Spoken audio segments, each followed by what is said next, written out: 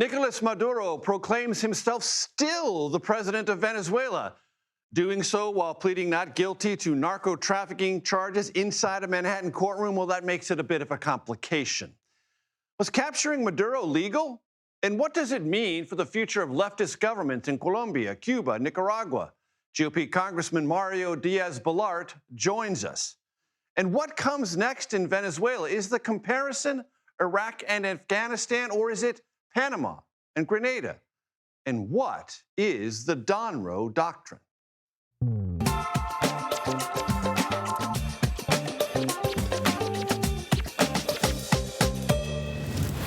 Hello, everyone. I'm Major Garrett in Washington. Welcome to the Takeout. Happy New Year. It's great to be back. We will devote almost all of our attention tonight to Venezuela and what comes next. There are many what comes next angles. I'm sure you've already figured that out.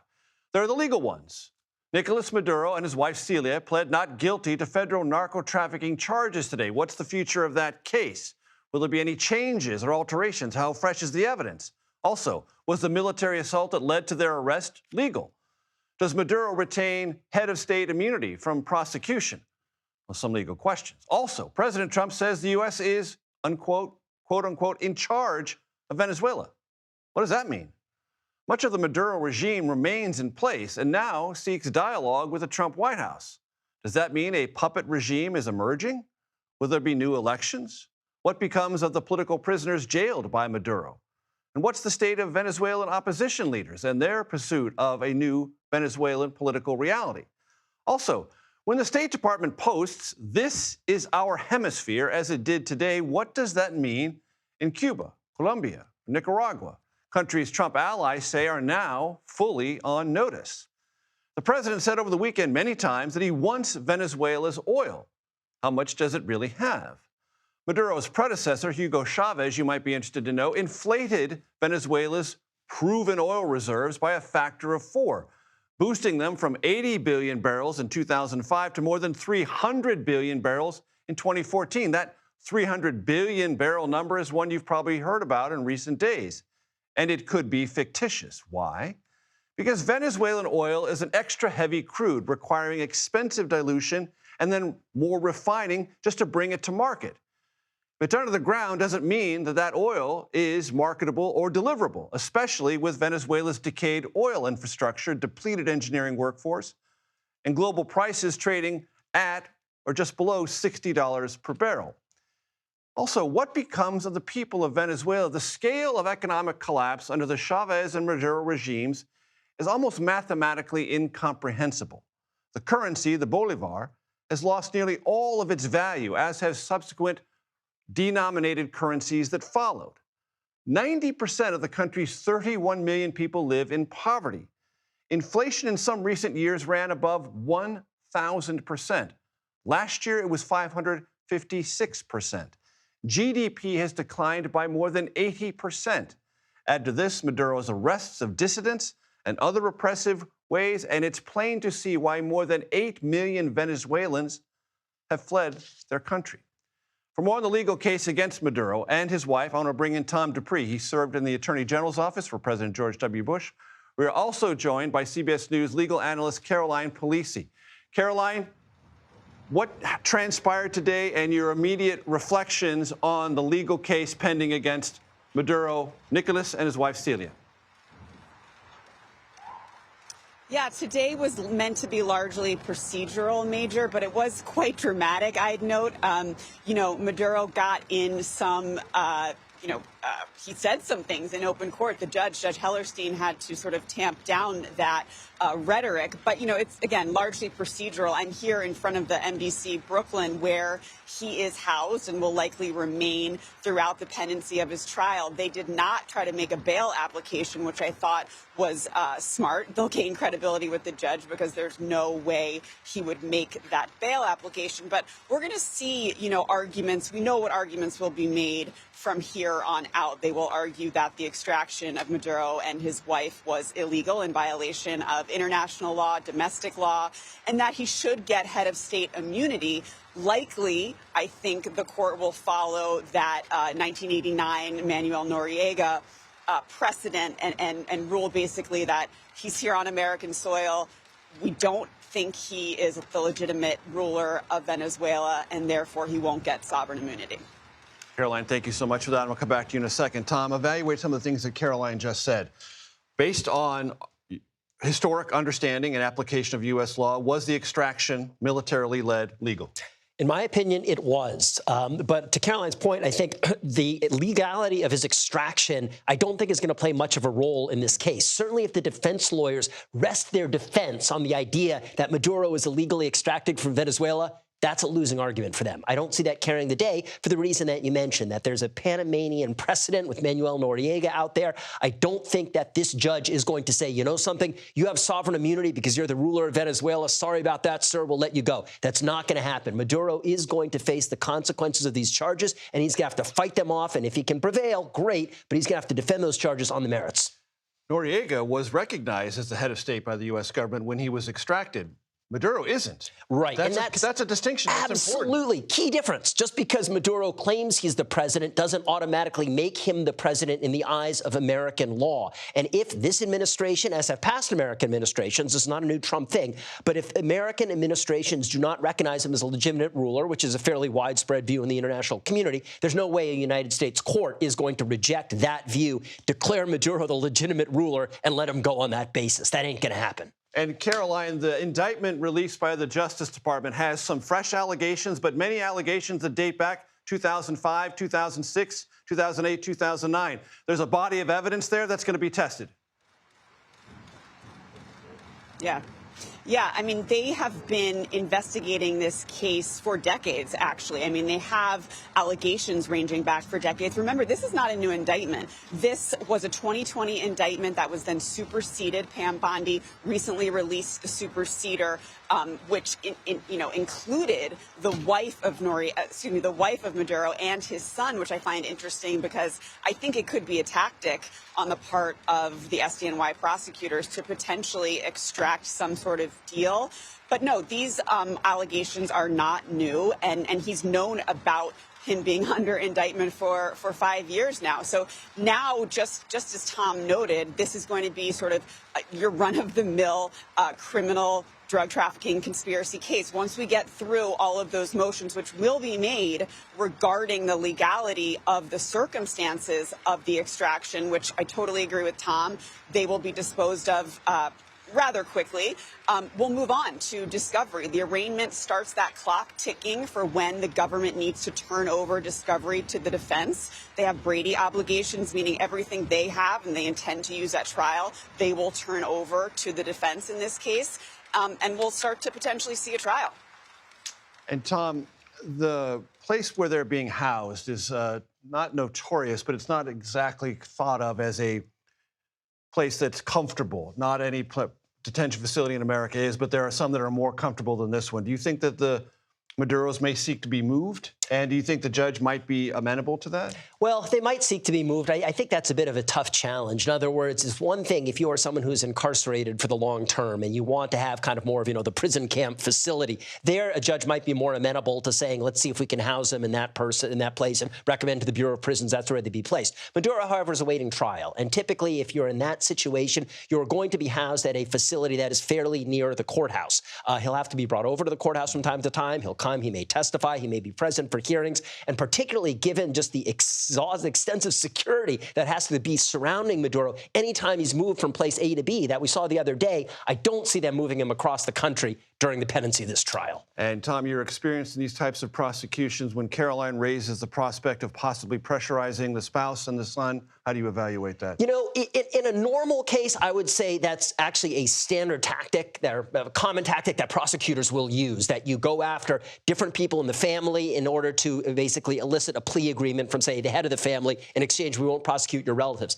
I'm not sure that plays out here, just because this is such an unusual case. Both Maduro's wife and his son are well-known political figures in Venezuela, so I'm not sure that dynamic plays the same way. And this also doesn't strike me as a situation where Maduro is going to be looking to kind of cut some sort of plea bargain.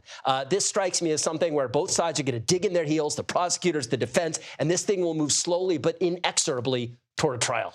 Maduro probably calling himself some manner of judicial martyr in the surrounding. Well, and he already has. He's already said he's a prisoner of war, and we're going to get more of that. Tom Dupree, thank you very much. Caroline Polisi, also thank you. I want to bring in Katrina Kaufman, who joins us for what happened and what she saw and the atmospherics around it. So, Katrina, please take it away. So I was in that courtroom when Maduro was arraigned earlier. He shuffled into the room. His feet were shackled, wearing that prison uniform. His wife was in the same one, Major. So khakis, navy shirt over an orange shirt. He stood up quite a bit in that courtroom to speak.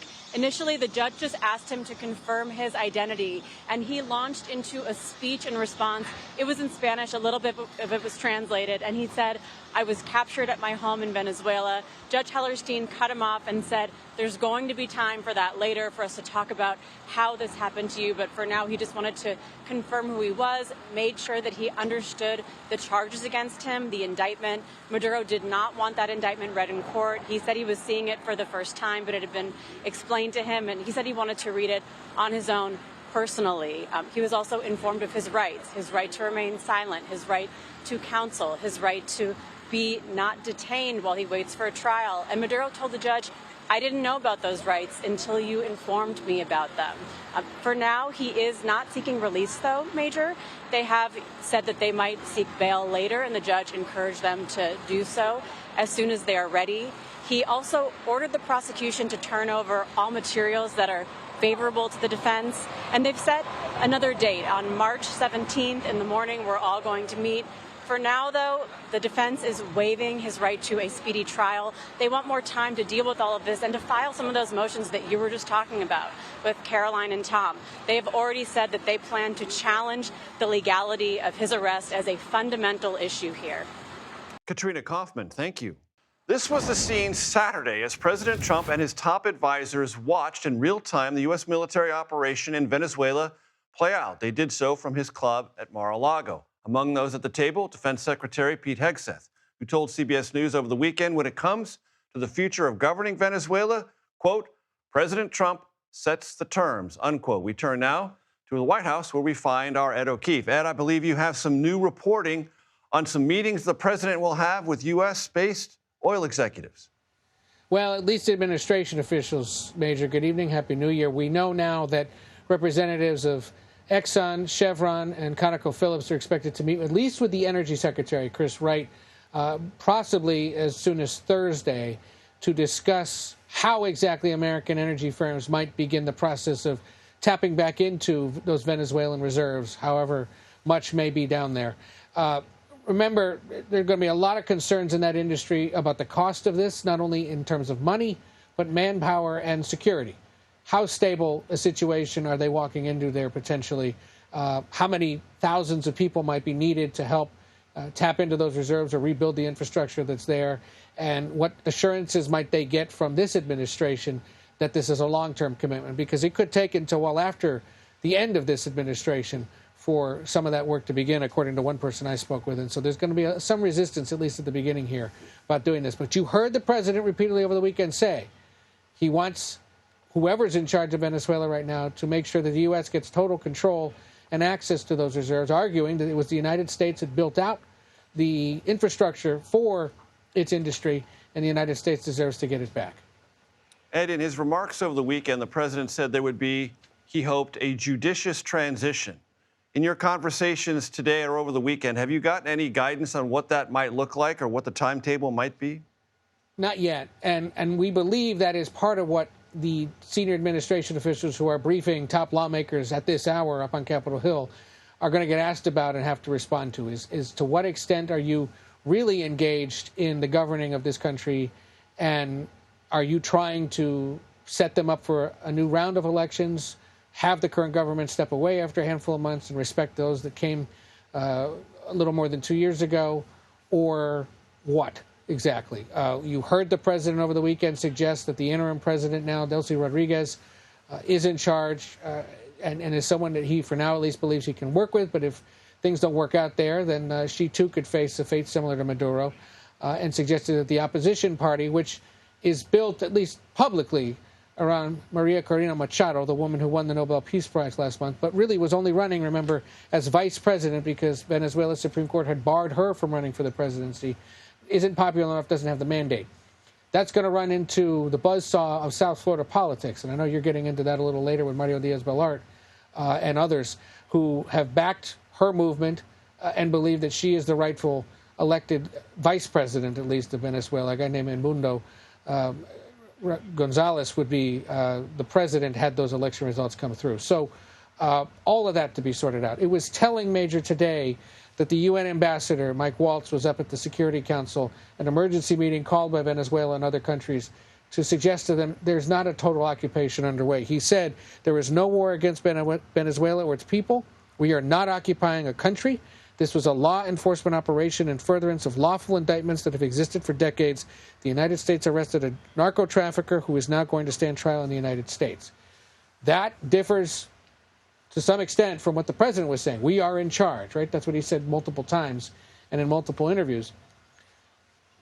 At least the diplomats, Secretary of State and now Ambassador Waltz, suggesting to the world, not quite that, but obviously we're going to maintain some interest. And it's mostly that economic embargo blocking those oil tankers to come to and from Venezuela that will continue as leverage.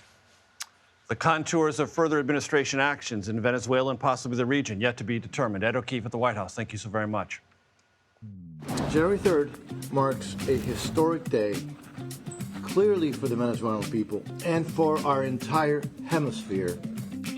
That was Florida Congressman Mario Diaz-Balart just hours after the capture of Venezuela's President Nicolás Maduro. He joins me next with what he believes might be next for that country and what the action there could mean for regimes elsewhere in the Western Hemisphere. Plus, could Colombia's president be the next to fall, or at least be threatened? A former CIA officer joins our panel looking at the administration and how it views regime change in South America. And Minnesota Governor Tim Walz ends his bid for a third term. The role the state's handling or possibly mishandling of the welfare fraud scandal and how it played into that decision. The Takeout returns in 90 seconds.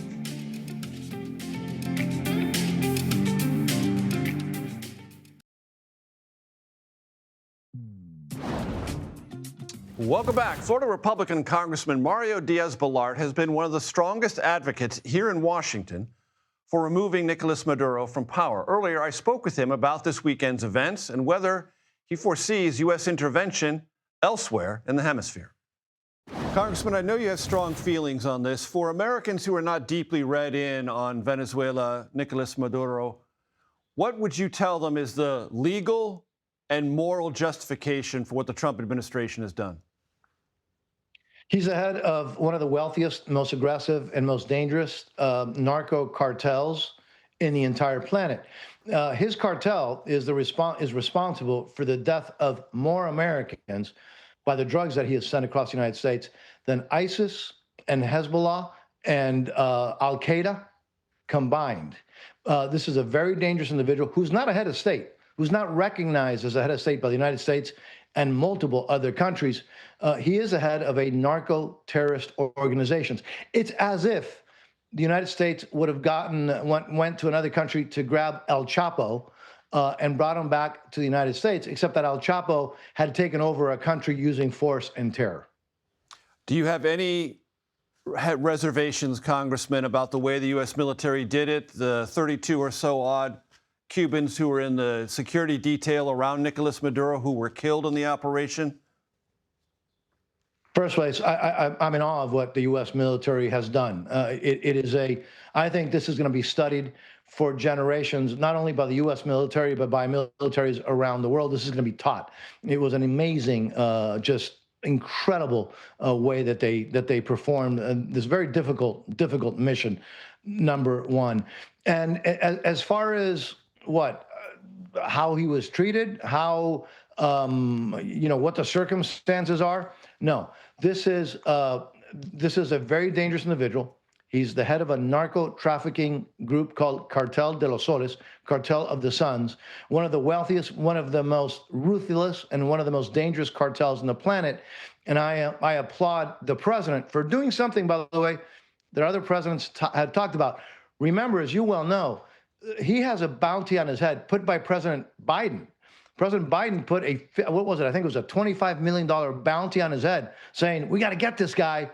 It took President Trump actually using the brave men and women of the United States Armed Forces to go get him, something that Biden should have done, and other presidents, frankly, including Republican presidents, should have done before. What comes next in Venezuela?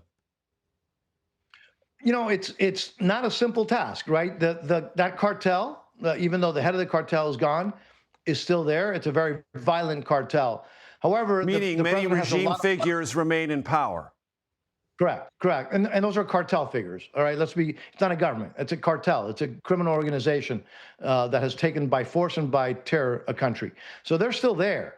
But President Trump has a lot of leverage, and he's been talking about it, about using that leverage to make sure that those who are there now start behaving in a way that is not against the security interests of the United States and also the interests of the Venezuelan people, which means that there's going to have to be a period of transition. And ultimately, obviously, I think the goal should be for elections so that the Venezuelan people can make the decision as to who they want to run the government. And I will tell you, when there are elections, that's a country that is very grateful to President Trump and to the American people for the solidarity in getting rid of this narco cartel, the head of this narco cartel. Are you in any way concerned, Congressman, about President Trump's remarks suggesting that Maria Elvira Machado does not have legitimacy within Venezuela as a potential opposition figure, leader, and potential leader of the country? I will tell you, I am not concerned at all about President Trump. Look, he's a master negotiator. It's pretty clear that he knows how to get what he wants to get, and he has the courage and the wisdom how to use our armed forces in a way that, frankly, very few presidents in history have been able to do as well as he has. Now, do I think there has to be a transition towards democracy? Yes. Do I think that when the people of Venezuela can elect their future leader, that Maria Corina Machado is probably going to be elected? Absolutely, because she has a history of fighting that regime, fighting the cartels, of bravery, and in a really kind of a stolen election by Maduro, she's still got over 70% of the vote. So she has a history of doing that. There has to be a transition. And I commend President Trump. He wants to make sure that he has and he uses all the leverage that he has, and it's a lot of it, to making sure that Venezuela is no longer controlled by this narco cartel. Congressman, in that transition period, do you believe that the president will use the leverage you just described to persuade the cartel regime figures still in power to leave voluntarily, or will we have to arrest them with military action as well?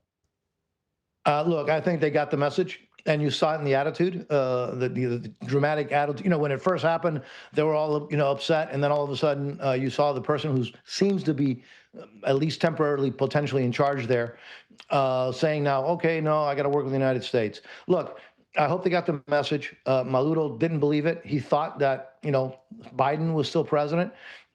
Everybody understands that when President Trump wants to do something, he does it. And when it comes to protecting the American lives and the security interests of the United States, nobody is more aggressive, and I would add, has been more effective than President Trump. I hope they got the message. And remember, he offered a lot of off-ramps to Maduro to avoid having to use the U.S. military.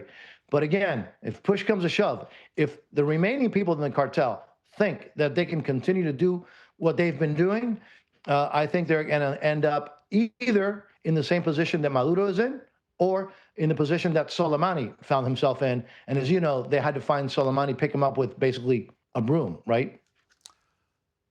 2026 has just dawned. What does what we've seen transpire in Venezuela mean, Congressman, in Cuba, Nicaragua, and Colombia? I think this is, I really genuinely believe, I've said this, by the way, not just now. I've always believed that these other tyrannies, these anti-American terrorist tyrannies in this hemisphere will not survive these remaining 3 years of a Trump presidency. Why? Because presidents have been complaining about them, have been upset about what the damage that these regimes have done to their country, to their people, but also to the United States, including murdering Americans and kidnapping Americans and harboring terrorists. This is a president who's not willing to just put up with that kind of garbage.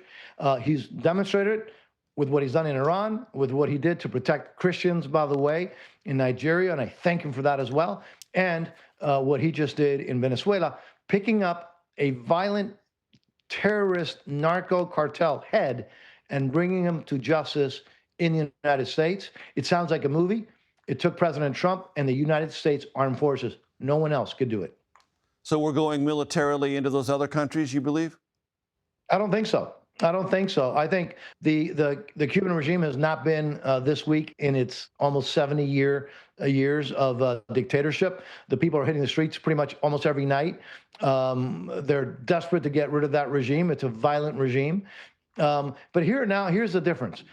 If they go out and they massively do what they did under President Biden, by the way, when the Cuban people turned out en masse in the summer, when President Biden was in the White House, President Biden basically just ignored it. As we've seen from this president in his attitude towards what's going on in Iran, let me tell you, if that happens in Cuba, I would not want to be those that start, shooting on the Cuban people 90 miles away from the United States, a terrorist, a state-sponsored terrorism. I think they're now on notice that it's a different day, it's a different era, it's an era of American strength and support for freedom, for democracy, and as important, if not more, for the national interests of the United States. Congressman Mario Diaz-Balart, I appreciate the time, sir. Thank you. Good to see you, sir. Colombian President Gustavo Petro vows to take up arms as President Trump says he could be the next leader to fall. We will take you to the Venezuela-Colombian border for more on that, right here on The Takeout.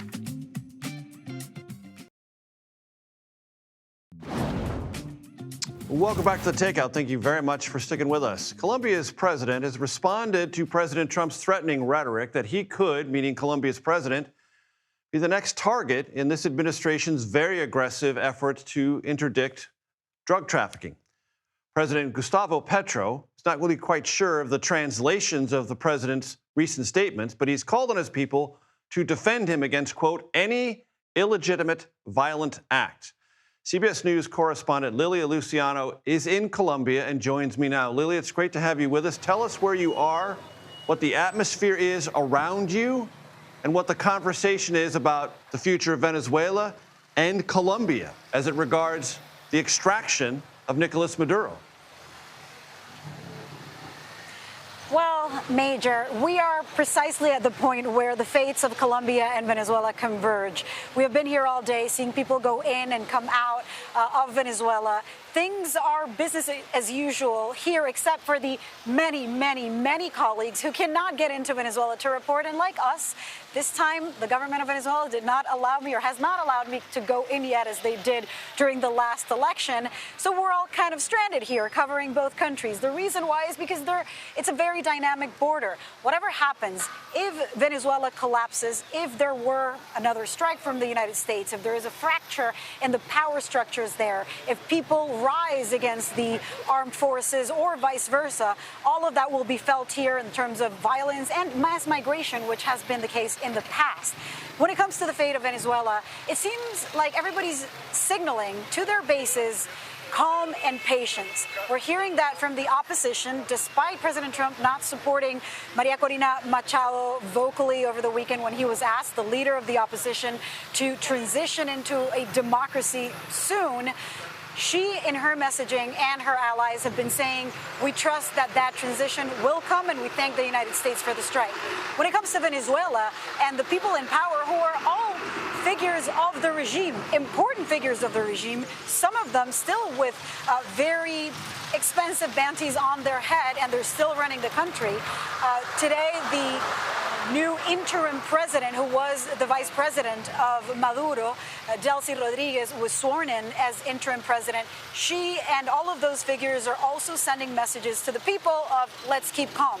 And then importantly, I have been getting messages from people in Caracas and other parts of Venezuela who tell me that you can call them paramilitary groups, but these Maduro loyalist gangs that tend to oppress people, that tend to surveil, that take part in the arrests. Masked agents, armed agents, are situated in different checkpoints, checking people's phones, they tell me, to make sure that you haven't expressed support for the capture of Maduro. You talked about Petro in Colombia. They kept me up last night, people from the administration asking me, how do we interpret this? What is Trump trying to say? It could be one of two things. It could be Trump is talking about taking him out in a similar way, even though Colombia is a democracy and Petro has no indictment against him. Or it could just mean there's an election happening in Colombia soon. So Trump could just be saying he's not going to be in power for much longer because he's not running for president again because he can't. There's going to be another president in just a few months. Very good. Lilia Luciano, thank you so much. I really appreciate it.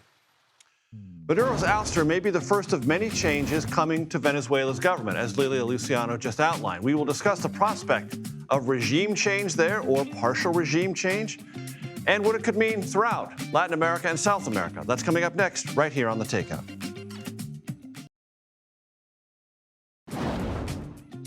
Tonight, and I use that time marker cautiously, tonight, the rest of Nicolás Maduro's government in Venezuela remains in place and in power, even as the Trump administration says it does not consider it to have a legitimate claim to power. Elliot Ackerman and Aaron McLean join me now to discuss all this and many other related topics. Elliot is a veteran of the Marine Corps and CIA Special Operations serving in Iraq and Afghanistan. Aaron McLean also served in the Marine Corps in Afghanistan, senior fellow at the Hudson Institute, which is a Washington-based conservative think tank.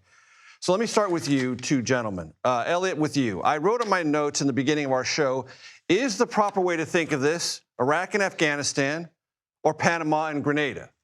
Your opinion? Well, I think it's probably not an either or. I mean, there are lessons from both of those examples, all of those examples that could be applied to Venezuela. I mean, I think the most important thing to realize is at this point, we are rolling the dice in Venezuela, and we could be lucky. I mean, this could be exactly the right solution for the people of Venezuela, but there are absolutely enormous risks here. And the downside could be profound. And this might not be another Iraq, it will be its own thing, but we certainly saw in Iraq some of the downsides that come with U.S. involvement in regime change. Elliot, from your perspective, what are the downside risks? I think one of the real challenges is that the Trump administration's strategy seems to be predicated on intimidation. And the intimidation that there will be some type of follow-on strikes that might look like the strikes we saw against Maduro. So if Delcy Rodriguez continues to thumb her nose at Donald Trump and that leads to secondary strikes, if those strikes don't go as well as the first round of strikes, that potentially involves the loss of U.S. life.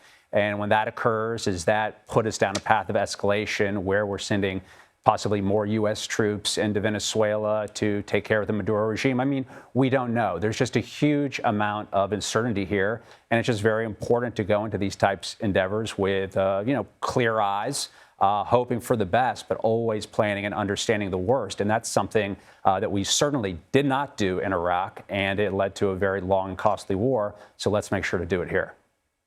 Aaron, your evaluation of the military operation itself and potential upside gains, if this works out well. Thanks, Major. The military operation was stunning. It's hard to think of any other military in the world that could do what we, and I should add, what our intelligence community did. Clearly infiltrated and got very valuable intel. That's right. And that sends a powerful deterrent message to all kinds of bad actors in the world, in the region, in the Western Hemisphere, but also in places like Iran. I agree with Elliot that there are risks ahead, major risks for the course that the administration is pursuing. I don't think that they're the same risks as 2003 and Iraq for a variety of reasons, one of which is we're talking about regime change here. My assessment sitting here on Monday, granted this could be different on Tuesday, is that there has not been regime change. We have taken the top guy out, but sort of extraordinarily, in a very bold and unusual kind of gambit, the Trump administration seems to be planning to, quote unquote, run Venezuela through the proxies of the existing Chavista socialist regime. Risks aplenty, but not Iraq 2003. There is something the president is now using, the Donroe doctrine. For those who have done a little bit of Googling over the weekend, James Monroe, in his 7th State of the Union address, 1823, basically told the old powers, particularly Spain, stay out of our hemisphere, and if you don't, America will react. We were not strong enough militarily in the 19th century to make that really credible, but we did in the 20th century. This is an update of that. What does that mean? What does that portend? Now, the president feels very strongly about this. You saw him talk about the Monroe Doctrine or the corollary to the Monroe Doctrine last night on Air Force One. He says it sort of in a wistful way with a little bit of a smile on his face. There are a lot of people in this administration and around the president who want him to focus on the Western Hemisphere. And clearly, on some level, that is occurring. But one thing that I think we need to keep in mind with this president is he does not seem to feel restricted in any way to the Western Hemisphere. He has already intervened militarily in Iran, not to speak of other places. So for the extent to which he wants to reassert himself here in our hemisphere and draw a line for countries like China, for Russia, which, by the way, provided most of the air defense systems that manifestly did not work very well in Caracas over the weekend. I don't know if Vladimir Putin gives a money-back guarantee on that stuff, but obviously it wasn't very successful. The president also is very active elsewhere in the world. It's an extraordinarily ambitious foreign policy. Ambitious, Elliot, and do you find it credible? Do you find it useful in America's pursuit of more power? It's not as if that America was deprived of power in the Western Hemisphere, but clearly there's a focus within this administration, not just on Venezuela, Colombia, Cuba, Nicaragua, elsewhere. You know, military force and military power, and we certainly have an exceptional military. Those tools work until they don't. And at a certain point, the politics of any given situation can make it where military force is no longer a particularly effective tool. I mean, the same military that just launched these stunning raids in Venezuela is the exact one that withdrew from Afghanistan. So, as we look at the projection of U.S. power in the Western Hemisphere, it's military power, but it's also political power. And I just think we should be, very cautious as a people and as a nation as we rely on military power to solely project U.S. policy around the globe. And Elliot, do you think there's a risk in the assumption that with this projection of power, regimes that we are disfavoring will cower and change their behavior just because of the implied threat of that prepositioning of U.S. military might? I do. I think it's somewhat naive to believe that countries like Venezuela or Colombia, with their history and their deep history of anti-colonialism, are going to just simply do what we say because we have a more powerful military. I think, as we've learned across the globe, whenever we intervene into a country, we find out that the culture and the politics of those countries are infinitely more complex than we believe them to be at first blush. So again, I would just buyer beware, proceed with a lot of caution, because if you break it, you buy it. Aaron, I'm going to give you the last word on the weekend and what you see and what you're going to be watching for in the next couple of days. Well, if I were the administration, what I would be concerned about right now is whether or not this gambit to, quote unquote, run Venezuela through the existing Chavista regime is actually going to work. You have hard-bitten ideologues in charge of Venezuela right now, many of them themselves implicated in the drug trade. Repressive, corrupt, criminal. All of the above, and committed to the cause on some level. Because they benefit from it. Absolutely. And the guy who's the Minister of Defense right now is still in power, Pedrino. His first name is Vladimir, named by his parents in honor of Vladimir Lenin. So that's the team that's there right now. You have the opposition waiting in the wings. The president is sort of equivocal to nonplussed when he speaks about them. That's another form of leverage that the president has, is the fact that the opposition is out there. He has the oil quarantine going on in the Caribbean. He has tools, but this is an unusual gambit. Very unusual. Elliot Ackerman, always a pleasure. Aaron, it's great to have you at the desk. I hope you'll come back. Thank you. Minnesota Governor Tim Walz announces he will not seek a third term. He was doing so, and then he changed his mind. Why? Well, there's one answer: national scrutiny over a welfare fraud scandal in his state. More on that next here on The Takeout.